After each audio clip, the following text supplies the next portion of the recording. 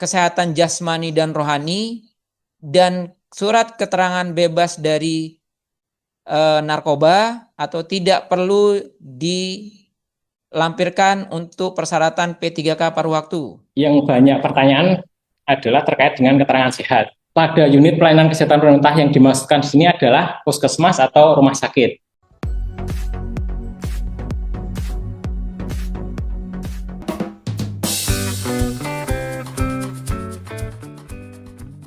Assalamualaikum warahmatullahi wabarakatuh. Apa kabar Bapak Ibu semuanya? Di video kali ini kita akan menyampaikan klarifikasi dari BKD berkaitan dengan berkas DRH yang mesti Bapak Ibu unggah.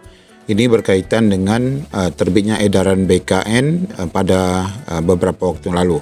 Di sini terjawab Bapak Ibu bahwa surat BKN pun ternyata memang lambat, sehingga pengumuman yang disampaikan oleh BKD berkaitan dengan persyaratan DRH yang sudah memposting pengumuman alokasi paruh waktu itu sebenarnya sebelum terbitnya edaran ini. Nah, di sini kita lihat klarifikasi BKD dari dua BKD, yaitu BKD Demak dan BKD Lampung Selatan, sehingga menjawab semua pertanyaan kita. Mari kita simak.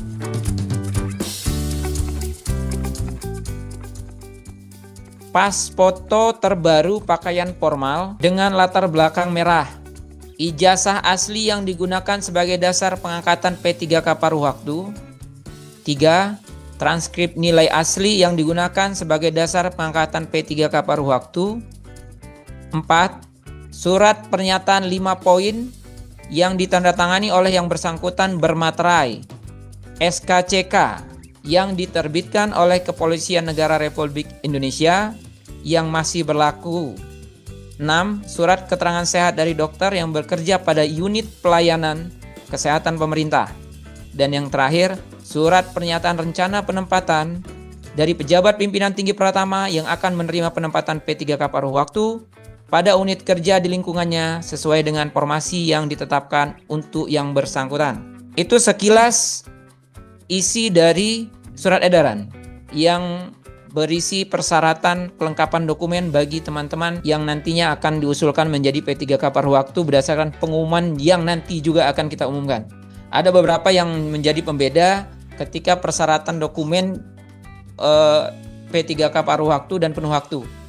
Di sini untuk teman-teman yang diusulkan menjadi P3K paruh waktu, persyaratan surat keterangan kesehatan jasmani dan rohani dan surat keterangan bebas dari narkoba atau tidak perlu dilampirkan untuk persyaratan P3K paruh waktu.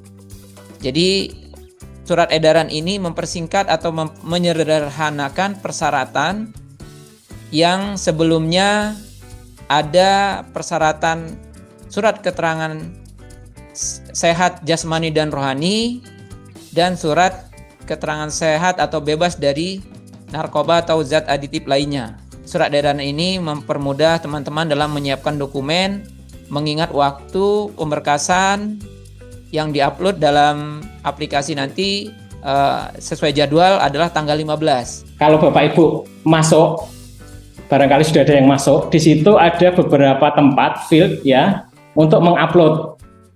Jadi kalau kita perhatikan di situ yang paling atas itu adalah file scan surat keterangan SKCK. Jadi Bapak Ibu SKCK diupload di sini dan di situ keterangannya di kolom paling kanan itu ada lihat dan unggah.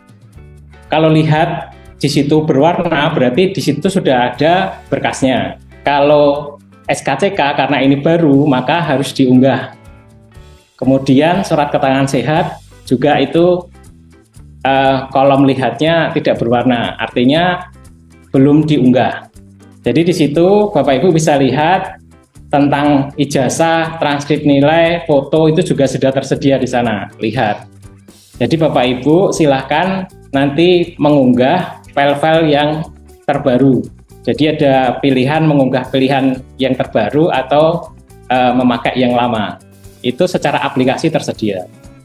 Nah, harapan kami file yang diunggah di sini adalah yang terbaru. Misalkan pas foto adalah foto yang terbaru.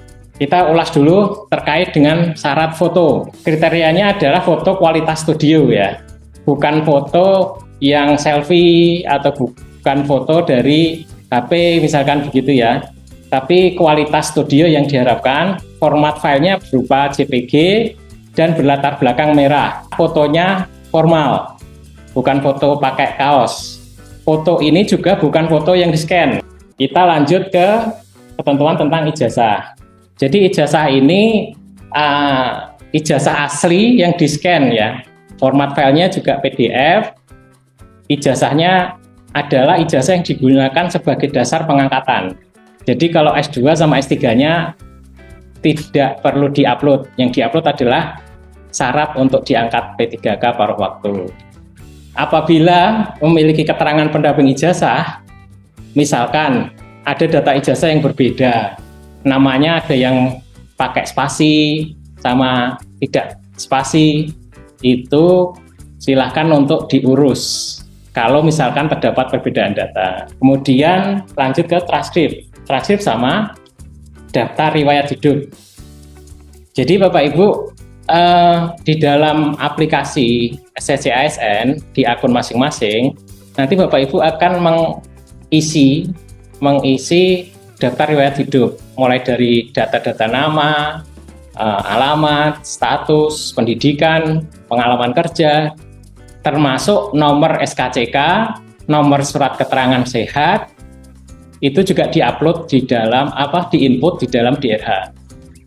DRH ini ketika nanti Bapak Ibu sudah selesai, itu bisa di-download, kemudian ditubuhi materai dan ditandatangani, baru di-scan. Scanan yang sudah ditandatangani inilah yang nanti di-upload, dikirimkan melalui aplikasi SSC ASN. Jadi di-scan dengan format file PDF bermaterai 10.000. Kembali lagi kami ingatkan bahwa materainya jangan double dengan dokumen yang lain. Gambarannya di DRH itu ada dua jenis dokumen ya. Ada namanya DRH perorangan dan DRH riwayat. Ini downloadnya filenya berbeda. Dua file itu setelah di-download kemudian ditandatangani, dibubuhi materai, kemudian diupload jadi satu. Surat pernyataan 5 poin. Di pengumuman kami sudah kami sertakan pernyataan 5 poin itu berupa file Word. Jadi Bapak Ibu silakan diedit, diketik ulang nama, tempat tanggal lahir, agama, alamat, dan poin-poinnya 5. Kita lanjut ke SKCK. Nah ini Bapak Ibu yang poin SKCK ini nanti kalau sudah Bapak Ibu dapat di-scan, SKCK ini dikeluarkan oleh Polres ya Bapak Ibu. Karena kalau Polsek itu mengeluarkannya berupa surat pengantar saja. Yang banyak pertanyaan adalah terkait dengan keterangan sehat. Kalau sudah Bapak Ibu dapatkan nanti juga file scan-nya asli.